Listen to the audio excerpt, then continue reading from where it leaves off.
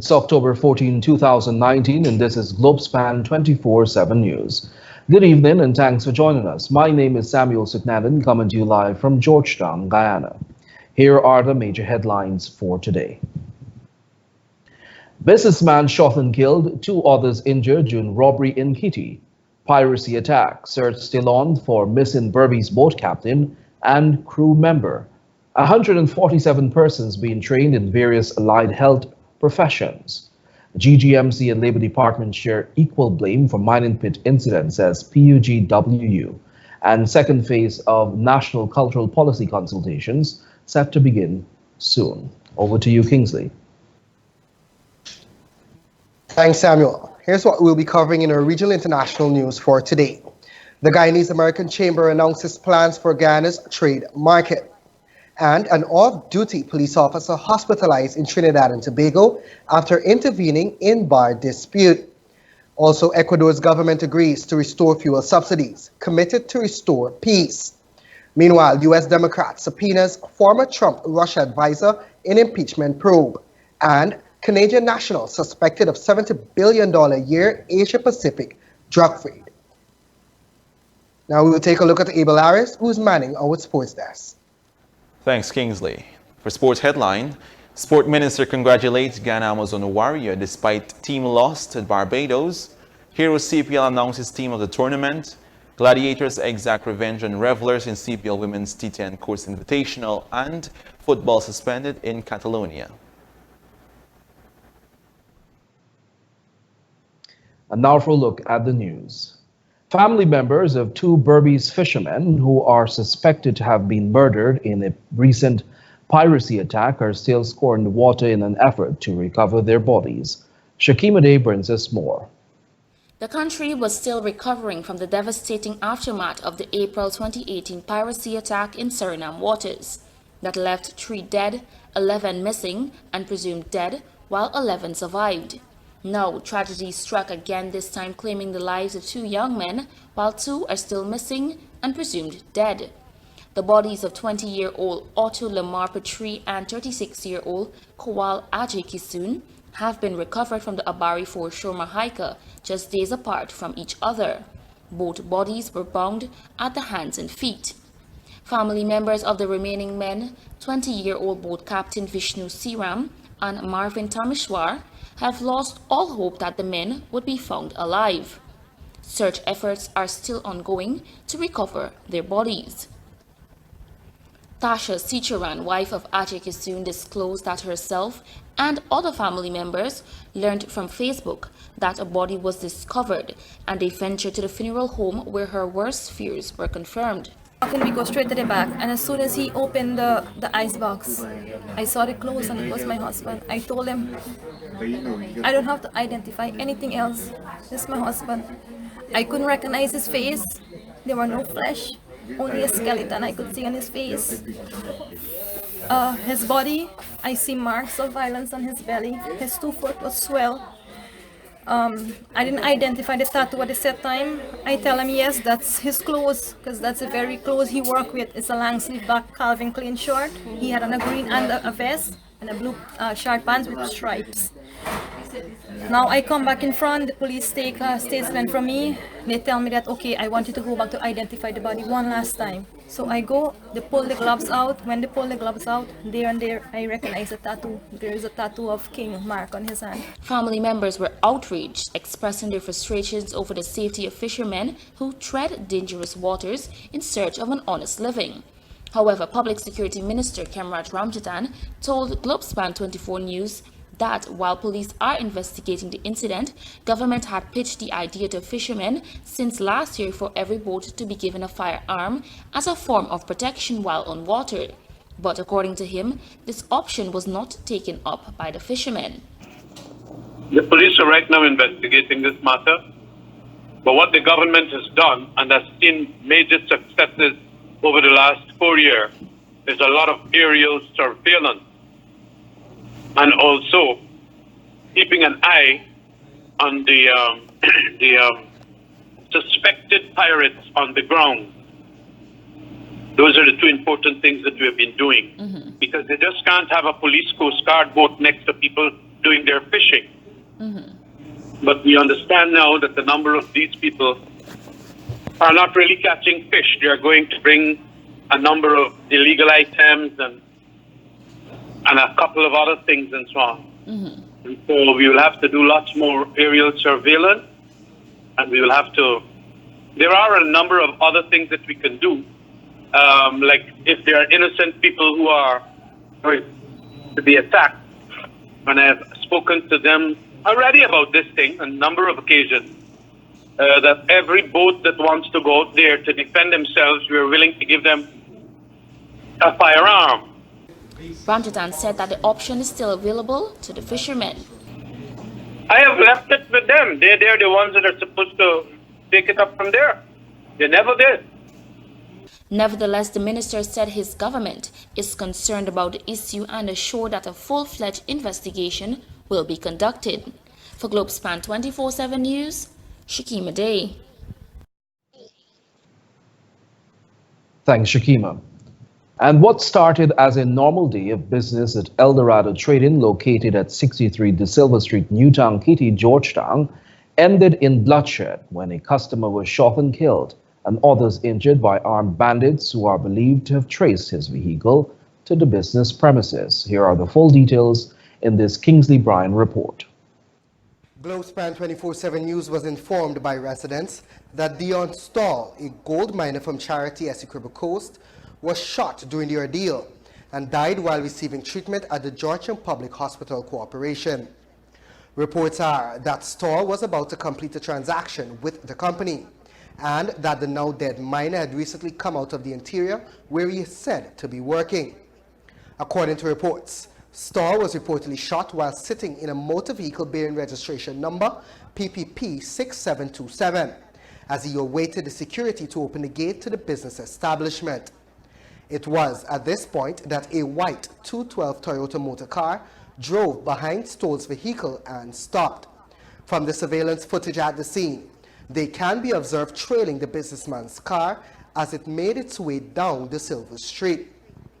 Eyewitnesses revealed that as Stoll was about to drive into the Eldorado Trading compound, the occupants in the white 212 exited the vehicle and accosted the men, opening fire on them. The driver, who exited the vehicle apparently rushing to Stoll's aid, was also shot along with the security who works at Eldorado Trading Company. Residents in the community recalled hearing the loud gunshots and took covers on the floors of their homes as the gunfire rang out for some time. The gun-toting bandits then reportedly made good their escape as the men who were shot in the exchange were rushed to the hospital for treatment. Stoll reportedly died while receiving treatment at the said institution. The entrance to the business place had visible bloodstains, indicating that a lot of blood was lost, and another vehicle which was parked outside bore a shattered window. The car in which Stoll was traveling also bore bullet holes. Police investigators were called to the scene, and several spent shells were retrieved by the lawmen during the cordoned-off exercise. Information reaching this newscast suggests that the gold miner may have been followed by the bandits to the trading company, where he would usually sell his gold whenever he came out from the interior region. And this is a theory that is also being explored by lawmen. Eldorado Trading is regarded as one of the country's leading private gold dealers, and this was said to be one of the first occurrences of its kind to happen at the business establishment.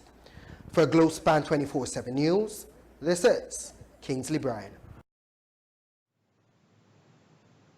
Thanks, Kingsley. Meanwhile, police are investigating the murder of Elijah Chesney, 18, a member of the GDF, and of Lot 562D Field Supply, Greater Georgetown, which occurred at about 11 hours 50 today at Tuckville squatting area by person or persons unknown. The police said the body, which bore 2 suspected gunshot wounds, is presently at the Georgetown Public Hospital mortuary, awaiting a post-mortem examination. The People's United and General Workers Union, which serves as the recognized union at Troy Resources during a press conference held earlier today, extended condolences to the family and children of Ryan Taylor, a technician who died at the mine after the pit in which he was working caved in on Tuesday, October 8, 2019. Lincoln Lewis, who serves as the union's administrator, said Taylor's passing is a stern reminder to all in the industry to be compliant with the safety rules. Lewis said the blame for the young man's death could be shared by two main agencies. We hold those at GGMC and the Ministry of Social Protection equally accountable, along with the employer, for the conditions of work which Ryan Taylor and his colleagues are subject to working under. It was not unknown to them. In 2016, there was a severe wall failure at Smart State 3 pit in Karuni Mine. The union reached out to GMC and the ministry time and time again, all to no avail. This, he said, was to secure their support and intervention to protect workers' lives and safety. Lewis also added that the behavior seemingly become inconsistent, where foreign companies are allowed to enter Guyana and operate in direct contravention to the established labor laws. Lewis maintains this is cause for concern, citing the recent incident with Rusal and the lack of due diligence by the government agencies. There appear to be no respect for the laws of our land governing industrial practices, protecting workers, and dictating how foreign investors are expected to function. There appear to be some individuals deliberately undermining the role of government and oversight regulatory body, such as the GGMC. Some individuals are either exercising clandestine anti-labor struggles, working as agents for unethical employers. As such, Lewis said the union holds all involved accountable for a combination of lapses given rise to circumstances surrounding Ryan Taylor's death and demand a full and complete investigation into the death. The union also stressed that every Guyanese life must be treated consistent with the law and as a matter of common practice. This struggle of ours is not new. It is a struggle known too well to the working class of all generations. It is a struggle against exploitation, against colonial and neoliberal forces, from slavery to post-colonization. Foreign investors are welcome to our country. They are welcome to exploit our resources, but they must respect our laws and our people's rights. Lewis reiterated that safety must be boosted as the first priority and not wealth as the risk of workers' lives. Meanwhile, engineer Charles Series, who serves as one of the union's consultants, said mining cannot continue at the site unless certain conditions, which should have been met before the commencement of operations, are indeed reviewed. Certainly, you should not work with anyone to advance mining at this site without an agreement that all of the monitoring mechanisms that were in the permitting regime are in fact in place. So mining should not recommence here unless all of the monitoring mechanisms are in place. At this juncture, I think it's incumbent upon the Ministry of Natural Resources, GGMC and the EPA to provide validation that these monitoring mechanisms that were mandated were in fact in place. The union will be lending all support to ensure the children and family of Ryan are adequately compensated for their loss. They are also determined to have Troy respect workers' rights to freedom of association and to be represented by a union, but have not indicated whether they will be pursuing litigation at this point. Ryan Taylor, technician attached to the Troy Resources company, died at the mine after the pit in which he was working caved in on Tuesday, October 29. The Ministry of Social Protection has since issued a cease order until their investigations into the incident are completed. An explanatory mission from the European Union is expected in Ghana this week to begin meeting with various stakeholders on issues related to the upcoming elections. Media reports indicate that the European mission in Guyana has indicated that the government has expressed an interest in the EU sending a team to observe the March 2, 2020 elections in Guyana. The advance team, which arrives this week, will be here to assess the advisability, feasibility, and usefulness of deploying an EU election observation mission to Guyana. The Elections Commission is currently in the process of training persons who will be likely have to work on Elections Day, while claims and objections is currently ongoing and will end on November 18. The Demerara Distillers Limited DDL recently commissioned Ghana's first liquefied natural gas regasification terminal as part of a drive to create clean energy sources for power generation. The company is now using LNG to power its operations at its Diamond East Bank Demerara operations. In order to support the LNG operations, DDL recently held a full-day training seminar for a number of its employees covering LNG awareness and safe handling procedures. The training course was conducted by an experienced health and safety instructor. The course covered a range of critical topics, including the properties of LNG, LNG tank design, loading and uploading procedures, required personnel protective equipment, and spill response procedures. Port personnel and truck operators from John Fernandez Limited also attended the training seminar. Remember to like our Facebook page and subscribe to our YouTube channel for the latest news in Ghana, the Caribbean, and around the world. Join us after these messages for more news with Shakima Day. To keep up with breaking news in Guyana, the rest of the Caribbean, and on the international scene, like, follow, and subscribe to Globespan 24x7's Facebook and YouTube news page. Join the conversation, get live news on the go, and details right here on Globespan 24x7 News. Travelspan is a proud sponsor of Globespan 24x7 News. Travelspan has some cheap fares to Guyana on American Airlines flights. Fly from January for $234 one-way and $512 round-trip. Take advantage of these cheap fares on American non-stop flights from JFK to Guyana. That's non-stop flights from JFK to Guyana starting as low as $234 one-way and $512 round-trip.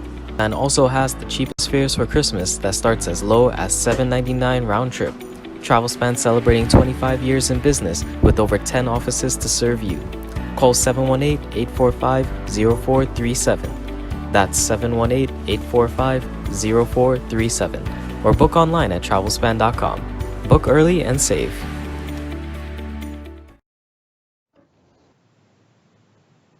Welcome back. Time to stay tuned now for more news. We'll tell you that there are reports of persons purporting to be GCOM officials visiting homes and offering to conduct transactions as part of the claims and objections period. Now, GCOM is urging residents to be vigilant and not to provide any information. Transactions are only being done at GCOM permanent and temporary registration office countrywide. We'll tell you now that 40 more Guyanese students will benefit from scholarships through the Indian Technical and Economic Cooperation (ITEC) program. This was disclosed on Friday evening during a celebration of the program at the residence of High Commissioner of India to Guyana, His Excellency Dr. K.J. Srinivasa. ITEC, which began in 1964, is a fully funded program run by the government of India to encourage cooperation and partnership among developing countries for mutual benefit. Prospective students can benefit from training opportunities in India, only available to citizens from 160 partner countries, Guyana included. Dr. Srinivasa noted that so far over 500 Guyanese have been trained under the ITEC scheme, which is managed by the Ministry of External Affairs in India. Minister of Education Nicolette Henry said that the program is in the business of developing Guyana's human resources. It is in keeping with the ministry's push for inclusive and holistic education for all, as it is specifically tailored for developing countries. Relevant to the looming oil and gas industry, Minister Henry assured that the program would allow for local students to be exposed to vast training opportunities. Meanwhile, 147 young men and women from the 10 administrative regions across the country have been accepted to commence training in 5 allied health professions. According to Health Education Officer of the Ministry of Public Health, Kim Fraser-Bristol, this is the largest intake since the ministry introduced clinical and technical training programs in 2007. This batch of allied health professionals includes 43 pharmacy assistants, 30 environment health assistants, 40 medical laboratory technicians, 22 medical x-ray technicians, and 12 audiological practitioners.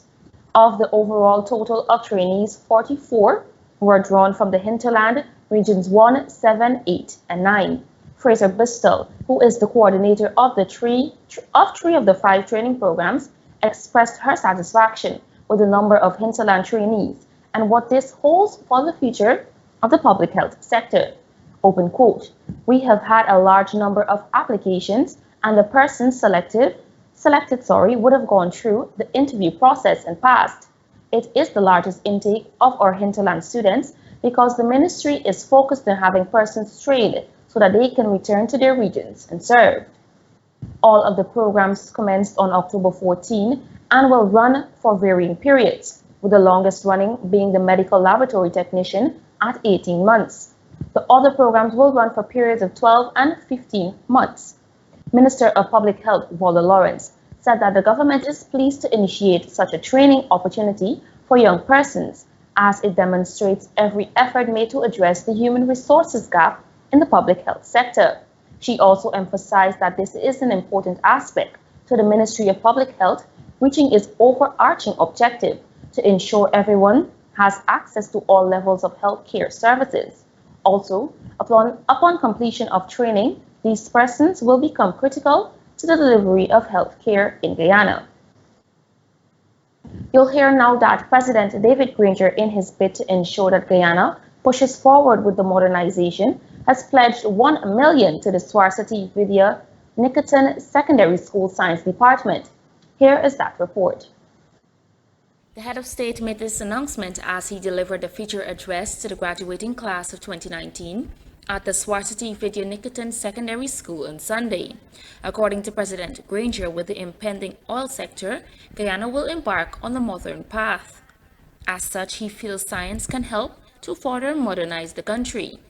If you give the schools the laboratories and give the students the opportunities, you'll see what will happen. And that is why I'm so interested in Swamiji's laboratory. My friends, our national government today must continue to provide schools and our students with the laboratories, with the libraries, with the lecture rooms that they need to become scientists.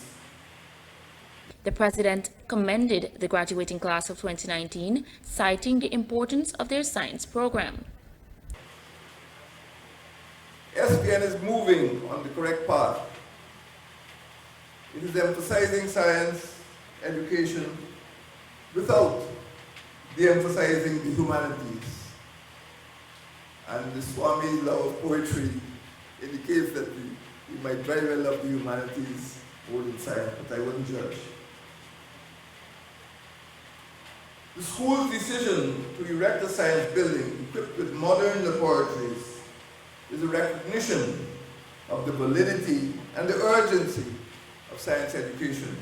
Further, the head of state relayed his government's 2020-2029 plan to establish a grade A secondary school in every region.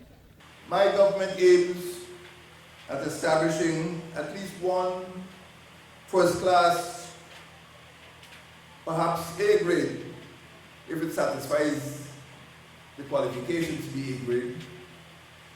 But every region should have a first class A grade secondary school, including Mabarumo in the Barima Waini, which has now become a town, including Bartica in the Kuyuni region, which has now become a town, including Madia in the Potaro Separuni, including the Essequibo Islands, West Demerara. The decade of development 2020-2029, according to the president, will equip students for a science-driven world, give them access to free education, including university and access to information technology. For Globespan 24x7 News, Shakima Day. The government of Guyana, through the Department of Culture, will be furthering its commitments to implement a national cultural policy by hosting a series of consultations scheduled for October 15 to 17, 2019 at the Hotel Tower, commencing from 9 a.m. daily.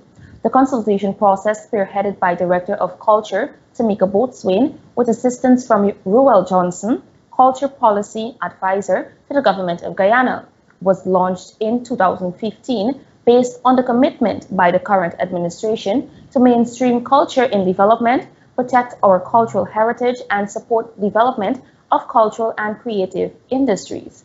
The second phase of consultations will see the government partnering with the United Nations Educational, Scientific, and Cultural Organization, UNESCO, to execute the three-day process, which targets government agencies, the private sector, and non-governmental stakeholder organizations. Lead facilitator for the workshops will be Jamaican Sydney Bartley, a leading regional expert on cultural policy. Bartley will be accompanied by Yuri Peskov, Program Specialist for Culture in UNESCO Kingston Cluster Office. Meanwhile, First Lady Mrs. Sandra Granger urged pensioners to align themselves with the technological age so that they will be able to further contribute to the growth and development of Guyana. She made the call during a presidential brunch held at the Baridi Benab State House compound to celebrate the 70th anniversary of the Government Pensioners Association of Guyana. According to her, the theme, The Age of Promise, is apt as Guyana is ever moving forward. One would have thought that at this time in your lives, with the days of your, quote, years numbering 70, unquote, you would have been inclined to rest on your laurels and take advantage of quiet days of rest and relaxation. Instead, the theme for this commemoration gives the impression of anticipation, of hope, and of eagerly awaiting fulfillment of certain goals and objectives. Mrs. Granger further added, with the advancing technological age, pensioners can develop and enhance their skills in information and communication technologies. Then, applying those skills and experience, together with the knowledge and expertise you acquired during your careers in the public service, you can work from your homes, work full-time or part-time, and provide the services needed in Guyana's expanding economy. The First Lady complimented the pensioners for not sitting back and anticipating quiet days at home. Mrs. Granger reminded the pensioners that their presence at the brunch is testimony of their shared knowledge of the rules and procedures of their various ministries and agencies, of working towards deadlines and crunching numbers in their respective budgets, and of hustling to transmit documents to permanent secretaries or ministries. Those in attendance were treated to poems, music, and songs. This milestone celebration is occurring during the month in which senior citizens are being honored. We'll now take a short commercial break. Do stay tuned for regional, international, and diaspora news with Kingsley Bryan. Globespan GT is a proud sponsor of Globespan 24x7 News. Here are some exciting news from Globespan GT. Fares have dropped for next year, starting January 20 to August. American Airlines has cheap fares on non-stop flights to New York.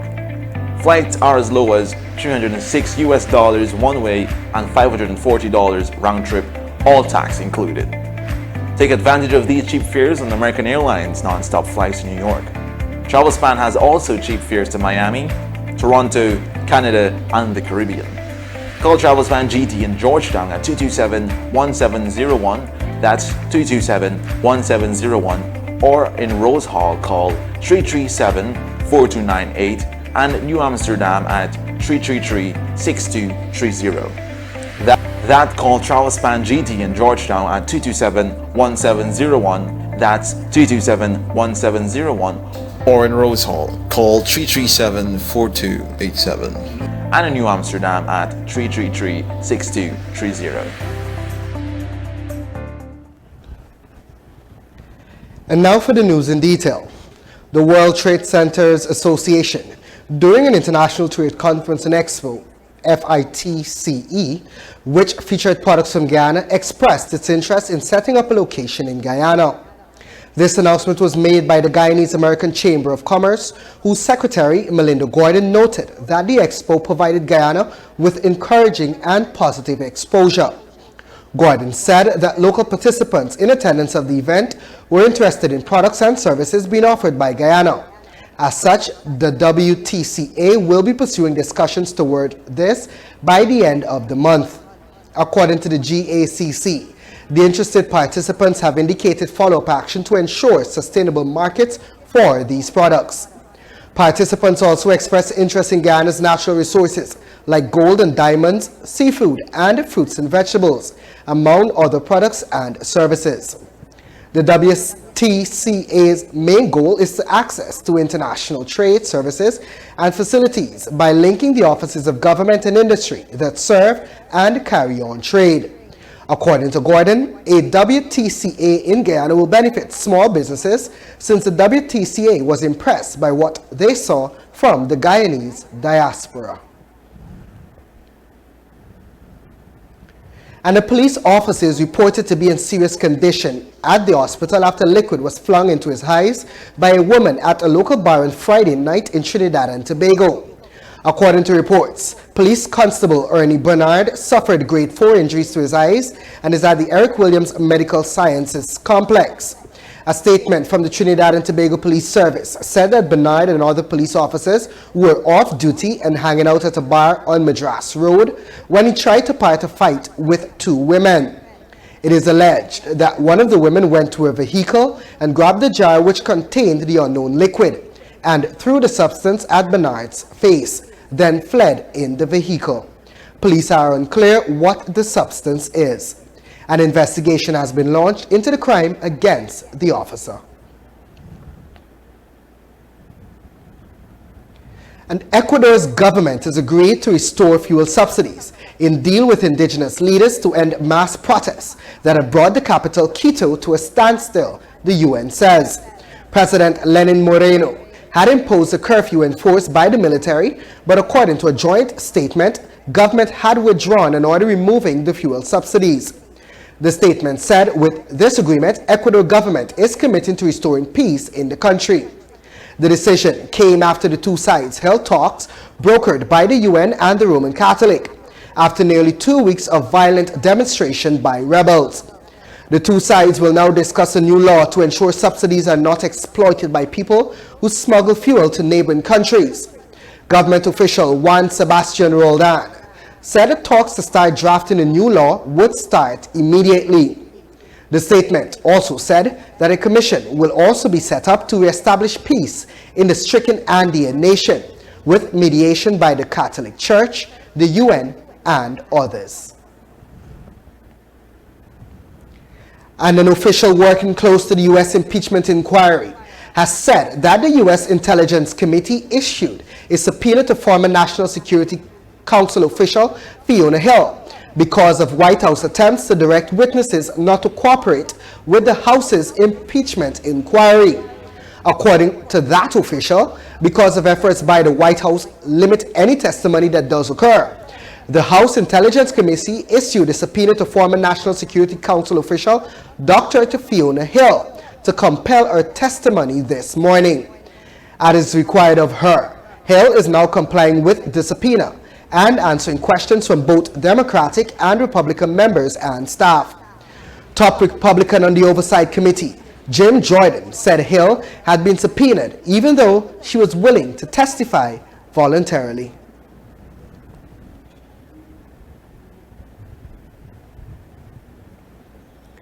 And a recent investigation by the largest ever task force assembled to fight organized crime in Asia has identified a long-time drug trafficker a Canadian national, as a suspected kingpin of a $70 billion a year Asia-Pacific drug trade.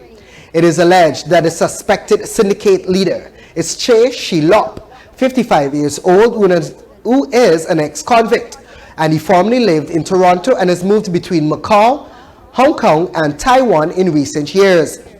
Authorities have not publicly identified Say as the boss of the drug trafficking group.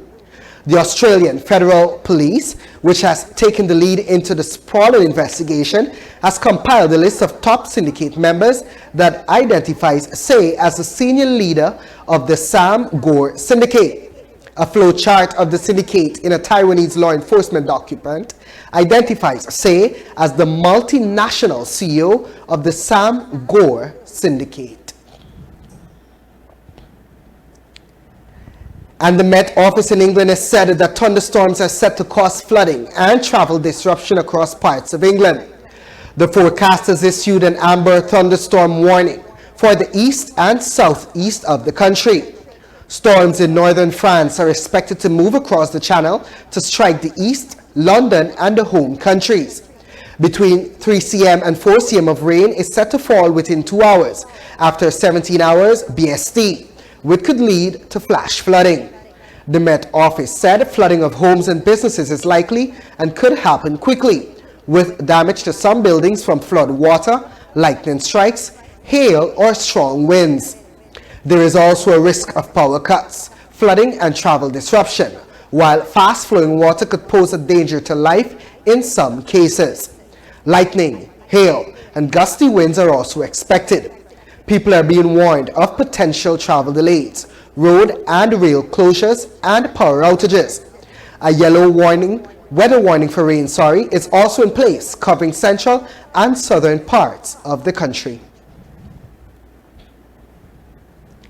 And South Africa's Justice Minister is seeking a presidential pardon for Kaya Sekese, a student activist serving an 8-year jail sentence for setting alight a police vehicle during the Fees Must Fall protests that rocked universities across the country back in 2016.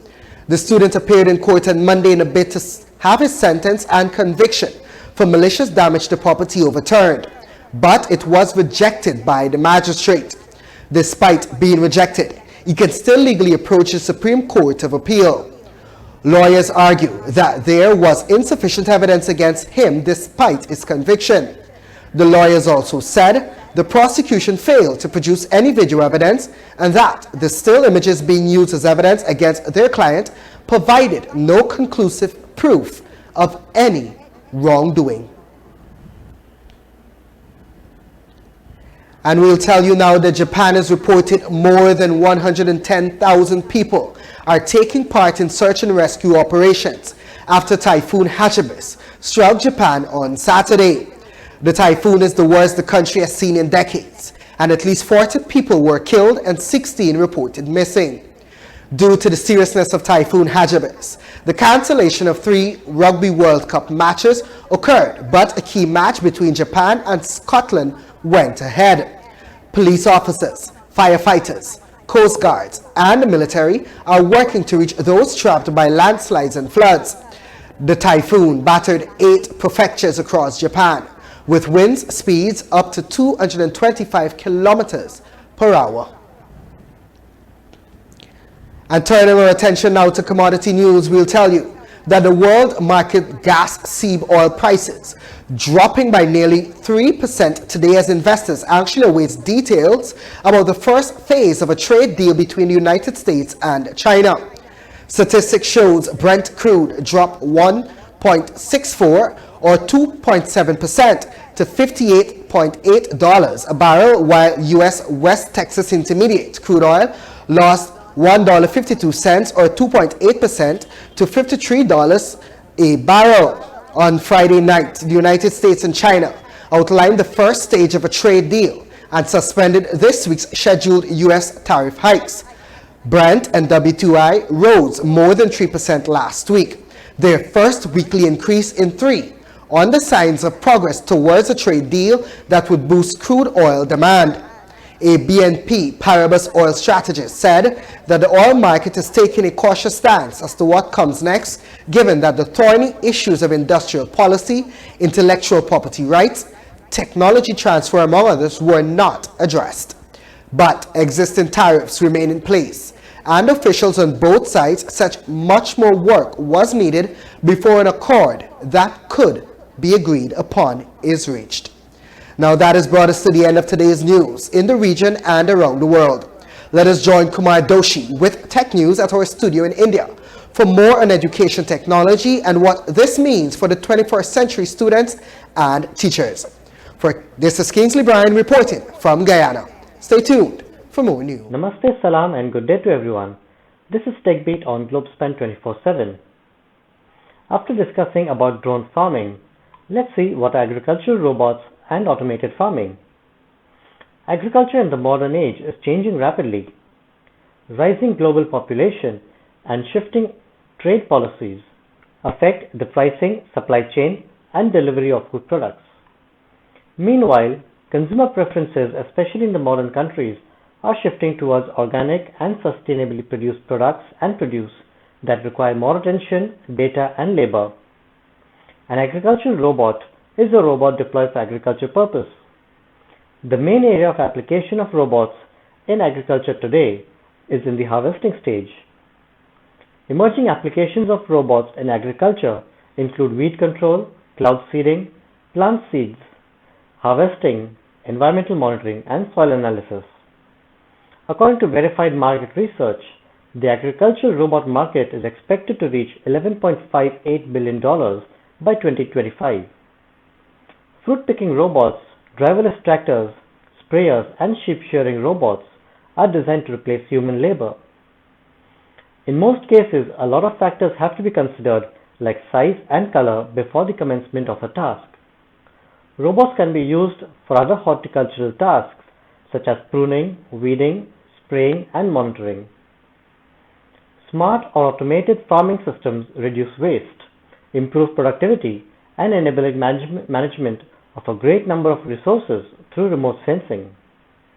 In traditional farming methods, it was a pain for the farmer to be out in the fields, constantly monitoring the land and condition of the crops, especially in big fields. The robots do not get sick or tired, and they do not need the time off. They can operate with close tolerances, offer fewer errors, and at high speeds, and the high quality products can be sensed by machines accurately. The robots in agriculture industry offers the higher quality of fresh produce. But there are a few disadvantages of agricultural robots. It costs a lot of money to make or buy the robot and needs the maintenance to keep them running. They consume a lot of electricity. If there's a blackout and your farm is automated, then it could create a problem. As technology improves, smart or automated farming could be a common practice in the future. That wraps up for today's Tech Beat. I'm Kumar Doshi bringing you tech news from India. Back to the studio in Guyana for more news to come. Thank you.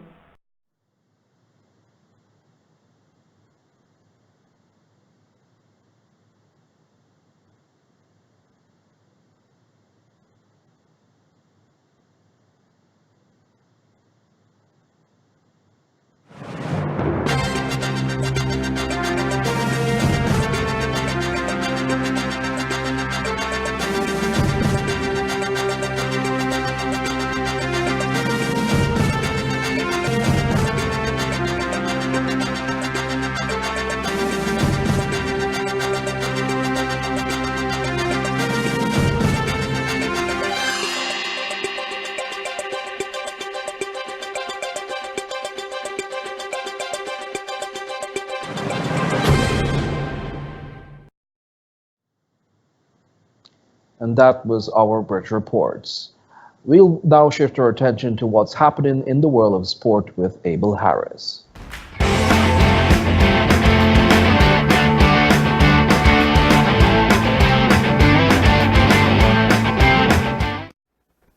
Thanks, Samuel. Let's look at some sports.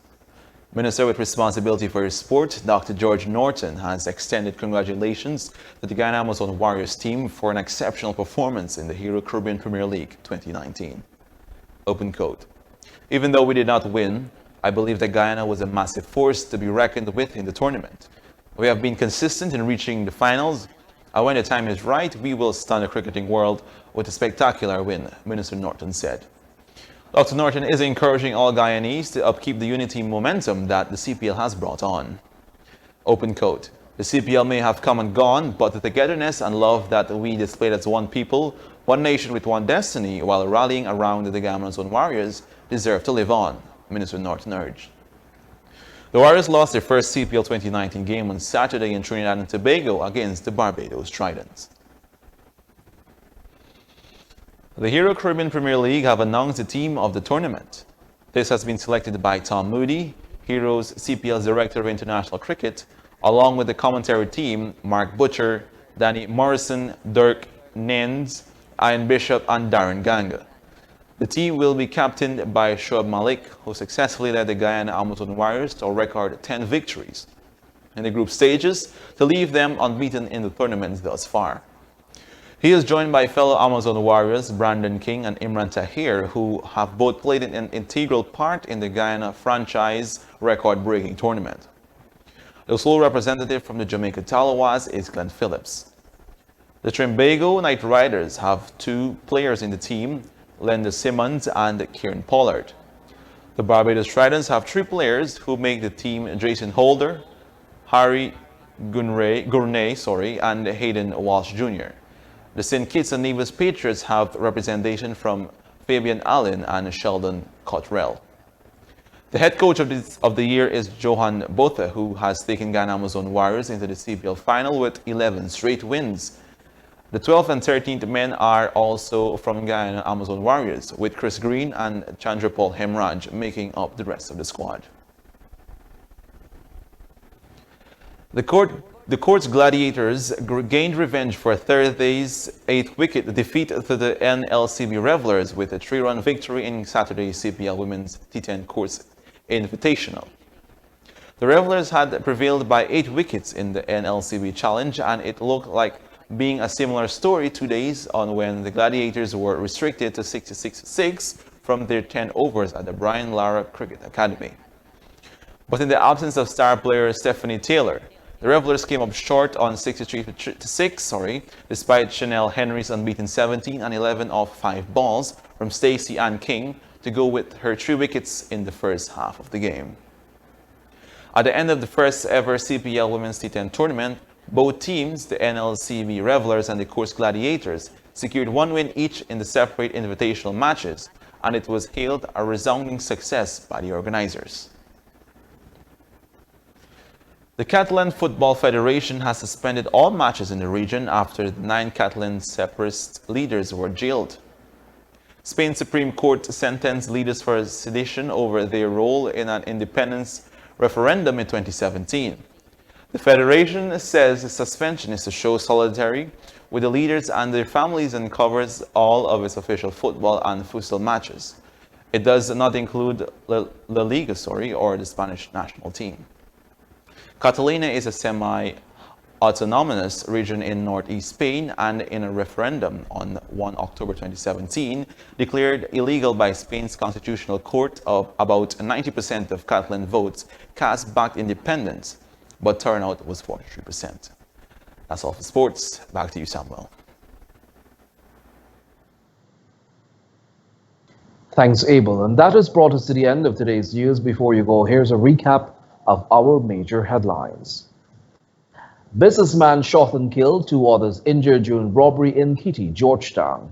Piracy attack, search still on for missing Berbice boat captain and crew member. 147 persons being trained in various allied health professions. And GGMC and Labour Department share equal blame for mining pit incident, says PUGWU. And finally, second phase of National Cultural Policy consultations set to begin soon. Thanks for watching Globespan 24x7 News. On behalf of myself, Samuel Suknandan, the news and technical team in Guyana, New York, and India. Until next time, Do have a pleasant rest of the evening. Goodbye for now.